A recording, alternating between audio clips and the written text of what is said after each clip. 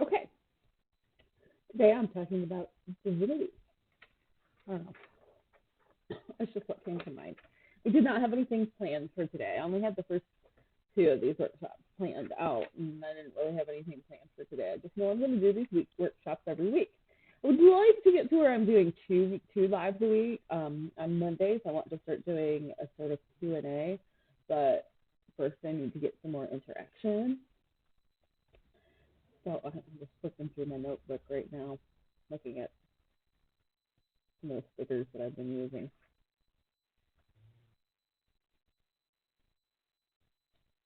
There's a whole bunch of pages of stickers that I'll never use, which is a paradox because by putting the stickers I will never use on pages, I used them.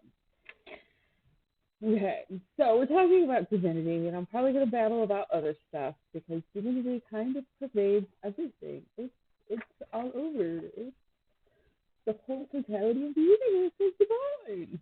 Okay, so when we're talking about divinity, we need to distinguish it between the realm of fact and the realm of belief. We can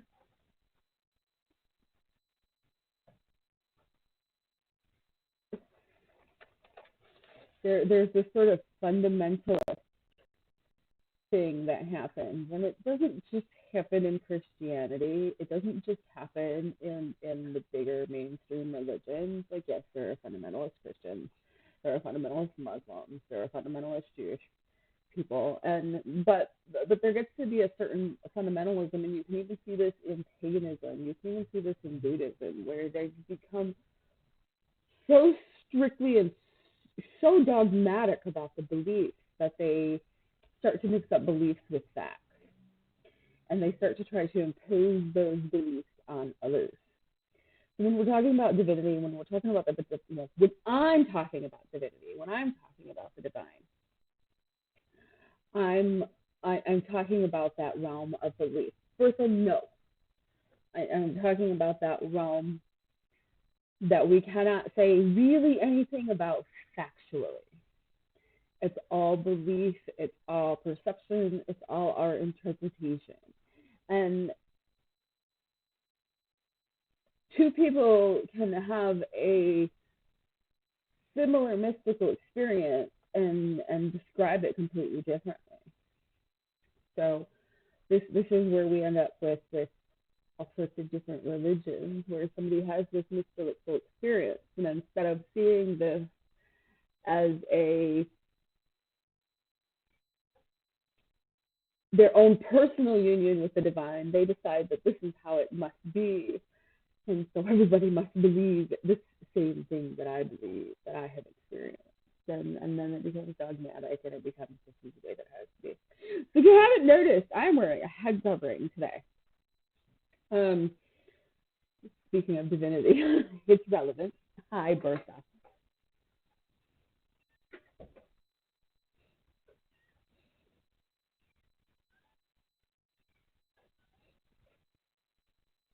I hear a cat meowing, but I'm not sure which one it is. Anyway, one of the devotional tasks assigned to me by Cersei is to wear a head covering, and I'm experimenting with different head coverings. This is not going to be the final form. This is, let me take it off real quick. This is just a rectangle of jersey fabric that I had in my fabric stash. So it works for a good quick cover. What I'm going for is a sort of nun's wimple style. I also played a little bit yesterday and today with making a St. Brigitta's cap is what it's called, but I need to make some modifications to it because this ended up being a little bit too pointed when on my head and didn't fit quite right. So I'm playing with different head coverings as a devotional practice for one of the goddesses that I am in a devotional relationship with. I'm in a devotional relationship with 4 goddesses. Juno, Circe, let's see, I can just wear this as a scarf too if I want to. Juno, Circe, Hala, and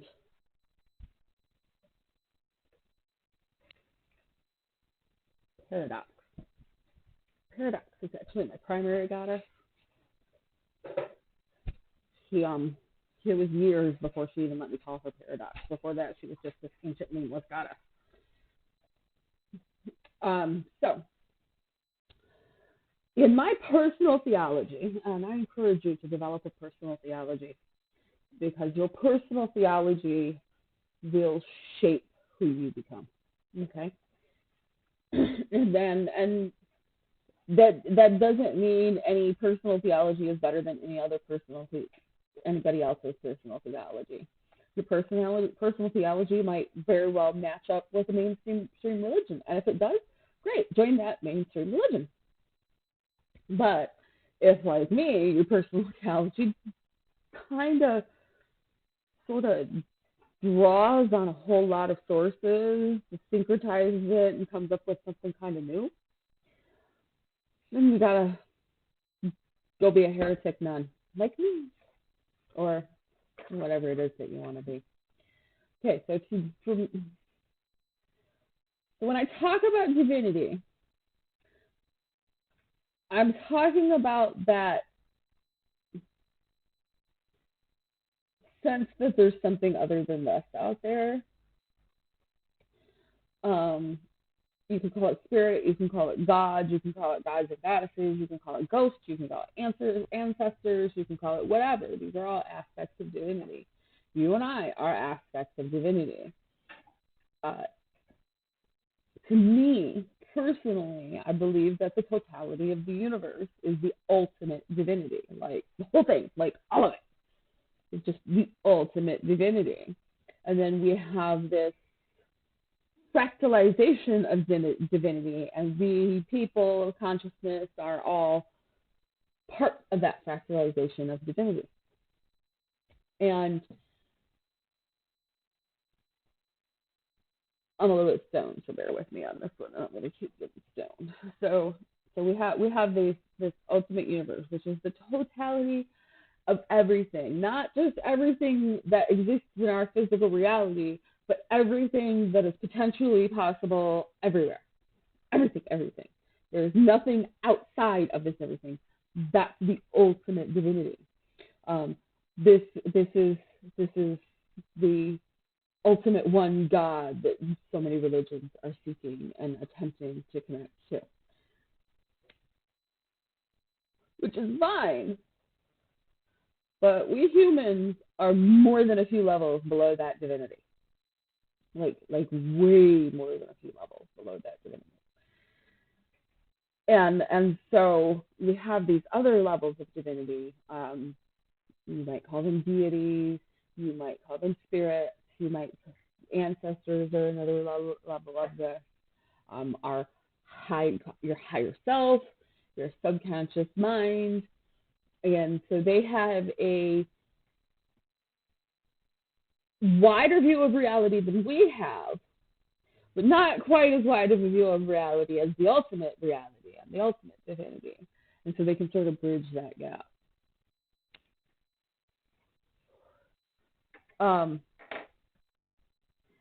And when I talk about divinity, it's to make space for every way that someone can believe.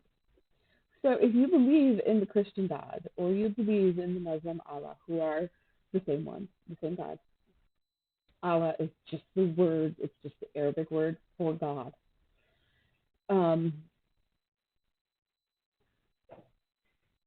If you believe in that one God, then that's included in divinity. Okay, so if you believe in Jesus, that's included in that divinity. I happen to work with a pantheon, a polytheistic framework, I should say, a polytheistic and animistic framework when I'm talking about divinity. And by animist, I mean that I believe that everything has its spirit that is separate from its body, connected to it, deeply and intimately connected to it. If the body is destroyed and the spirit is not strong enough, the spirit can be destroyed too. But everything, the computer that I'm talking to you on, has its own spirit. And if I nurture that spirit, the computer goes great. If you don't nurture that spirit, the computer doesn't do great. How do you nurture the spirit of the computer? Well, you do the routine maintenance and you talk to it nicely. How do you crush the spirit of a computer? You ignore the routine maintenance and you yell at it when it doesn't work right. Kind of like a person. How do you nurture the spirit of a person? You do the routine maintenance of the body, eat, sleep, drink, fuck, whatever, and you say nice words. So everything is sort of like this. You do that routine maintenance and you say the nice words. The routine maintenance tends to the body. The nice words tends to the spirit. Nice words being subjective. What's nice for you might not be nice for me. You need to really work on it. You really need to get intuitive. Now, the reason that I don't believe there's just one single expression of divinity is because it doesn't make sense. We're all too different.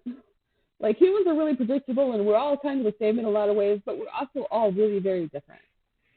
And what connects to one person is not necessarily going to connect to another person. My goddess is cool with Jesus, but I don't really hardcore resonate with Jesus. I learn from his teachings, I learn from his way, but my goddess is cool with him, but I'm just sort of like, hey, yo, cool, hey, Jesus. We're acquaintances, connected to the goddess. He teaches me every once in a while, but I don't have that deep resonance with Jesus that so many people do. Some people are more connected to Allah, through the Allah expression of that particular deity. Others are more connected to the Yahweh expression of that particular deity.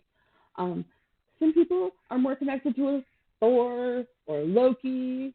Those are two gods in the same pantheon. They're ostensibly brothers according to the Marvel universe, not brothers according to the Old Norse mythology. In the Old Norse mythology, Loki was a blood brother to Odin, and by blood brother that did not mean born kin, but that meant an oath brother. We don't really have the backstory for how they became oath brothers. We don't really know. So any speculation about that is just Norse mythological fan fiction, which most mythology is really just fan fiction anyway. That doesn't mean it's not valid. That doesn't mean it's not important. That doesn't mean it doesn't increase our understanding. What it means is don't get attached to any one particular expression of divinity. Because the more you open yourself up to multiple expressions of divinity, the more potential you have to learn about yourself as an expression of divinity, because guess what? You are a fractalized expression of divinity. My brain keeps taking me back to this lesson on how to imagine the dimensions beyond length, width, and height, and which are the three dimensions of our 3D space and time, and how to imagine what the fifth dimension, so the fourth dimension is our time stream. And someone standing from the fifth dimension would be able to see our time stream and the parallel time stream from the same starting point, from the same potential starting point. So then the sixth dimension would see all of the same potential starting streams from our potential starting point and from other potential starting points, and so on and so forth up the dimensions. And that's what I mean by the ultimate divinity is so far beyond us that we can't even conceptualize it. Like, starting to think even beyond the sixth dimension is kind of weird. It kind of gets funky, like really, really funky. When I'm working with magic, I'm working on that sort of fifth dimensional level. And mind you, this is all theory. We're talking about belief versus fact. So these are the metaphors that I use to work my energy. Okay? So I'm imagining that this is what I'm doing. Maybe it's not really what I'm doing. Maybe it is all in my head. But you know what?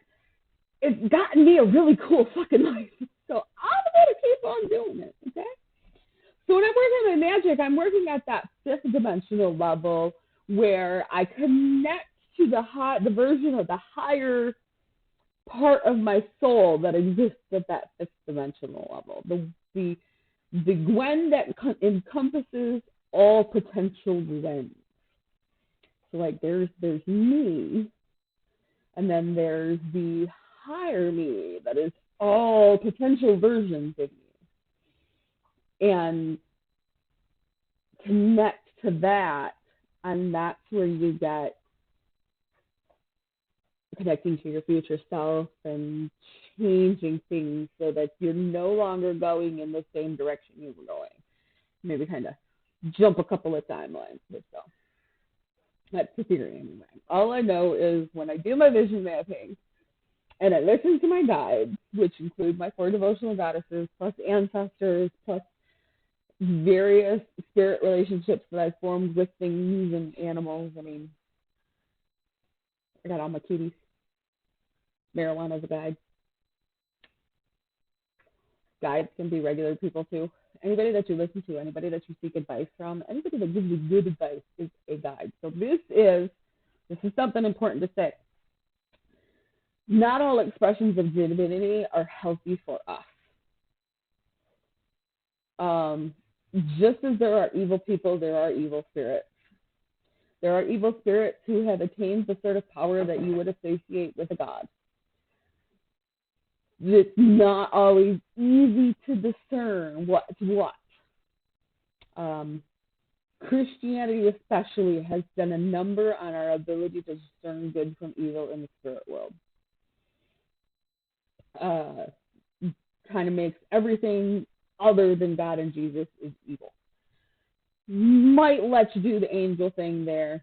Catholics will let you do the saint thing, but everything else is associated with Satan. It's all bad. It's all bad. It's all bad. And that sort of duality of good versus evil is, it can be very helpful in the real world, in the physical world that we experience, but it's not quite so helpful in the spiritual world.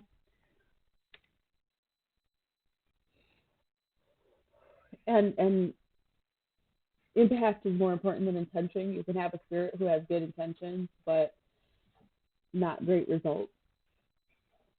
So when you're connecting to divinity, the important thing is not right. It's not who they are. It's what kind of life do they help you lead?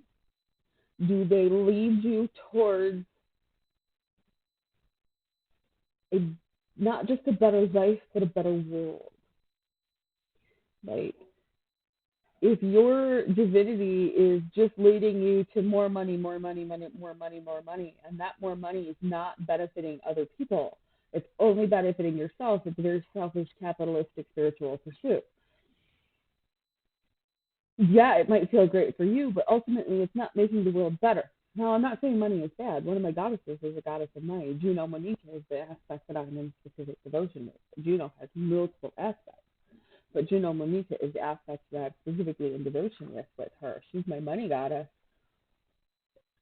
But money is a tool. Money is not the object of devotion.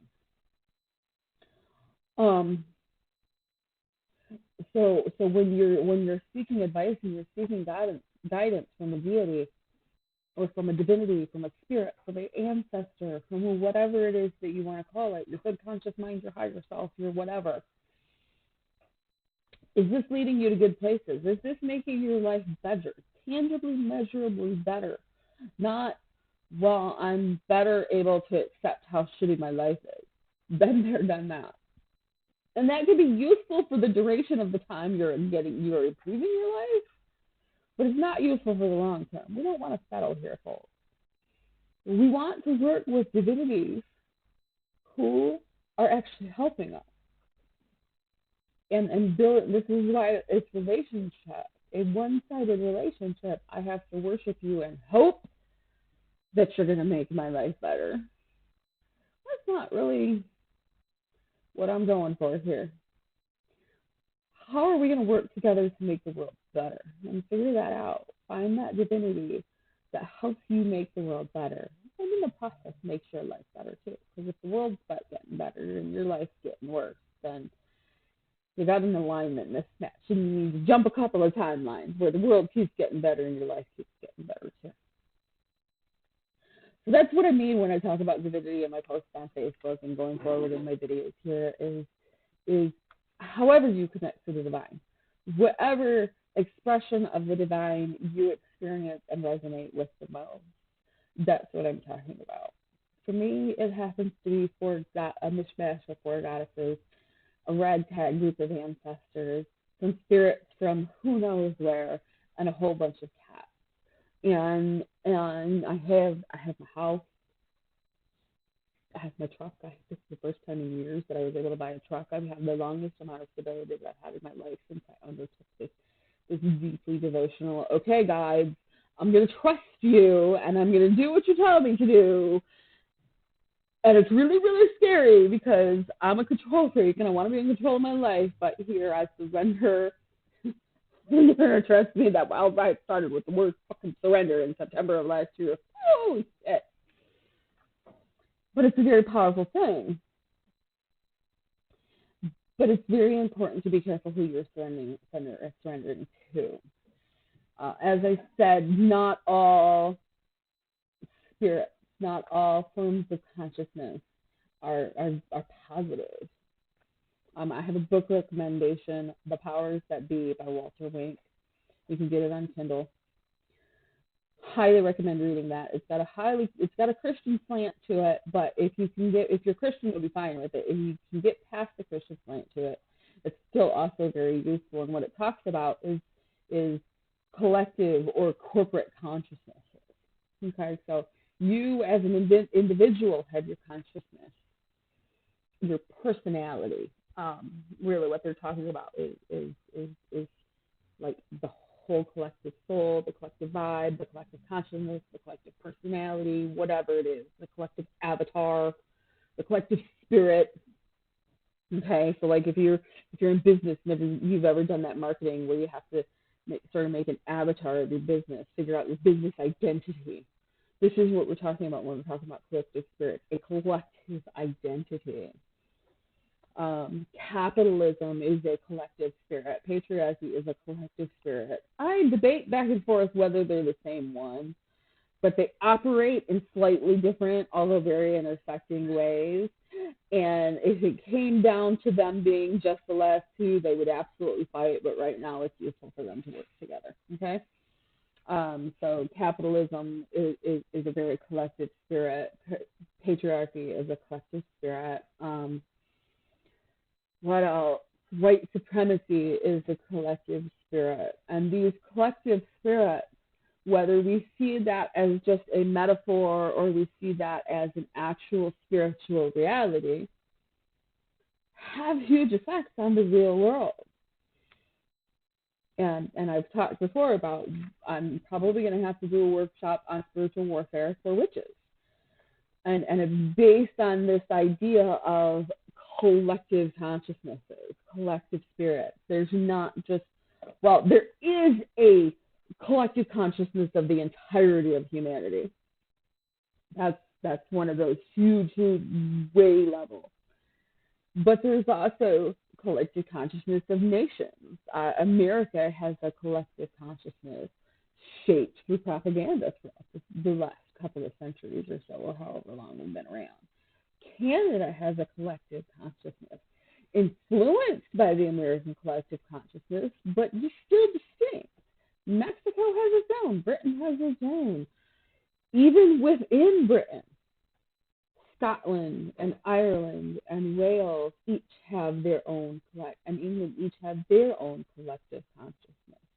And those collective consciousnesses combine to form the collective consciousness of Great Britain. The collective consciousness of each nation combine to form the collective consciousness of the world. So on even smaller levels, you have the collective consciousness of your country. You might have the collective consciousness of states. So I live in the U.S., so 50 states. Each state has its sort of collective consciousness. And we see this when you look at memes on the internet and people talk about Michiganders are this, Ohioans are this, Alabamans are this. The collective consciousness is those stereotypes, but not just those stereotypes. and it can shift and evolve and change over time. And it will do this as people move in and move out of that space. Businesses will have a collective consciousness, a corporate identity, if you've ever had more than one job, you know that from one company to the next, there's a different feel to it. It's a different corporate culture. It's a different corporate identity. That's that corporate consciousness. And so in a very real way, we have this sort of spiritual warfare going on where these collective consciousnesses are battling it out for dominance. And it's not really great. Like, those consciousnesses developed in an attempt to protect us, to protect humans, but they've been warped from their original purpose. They're coping mechanisms that have held on for too long. If you have any sort of trauma or childhood wounding, you have coping mechanisms. And a coping mechanism is meant to help you survive. But they can outlive their usefulness and become toxic. Drugs are a coping mechanism. Alcohol is a coping mechanism. They're not necessarily bad in and of themselves. They can help you get you through a rough patch. But if they become what you need to keep existing, then it's a problem. They can become toxic. Coping mechanisms can be toxic. So patriarchy was an ancient coping mechanism to try to keep a group of people going. And then it spread, and it worked, and it became too big, and it became oppressive.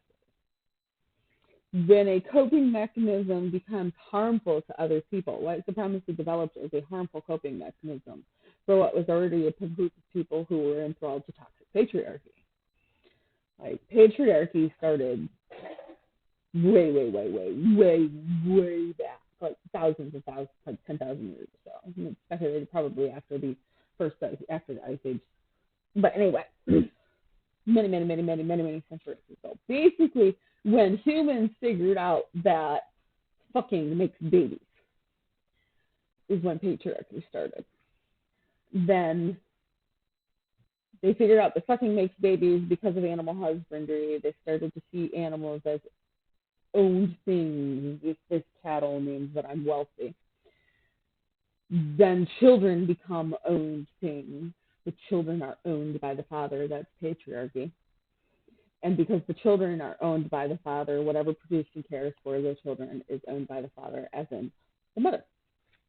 So that's the rudimentary roots of patriarchy. It's a lot more complicated than that, but that's the gist and the basics of it.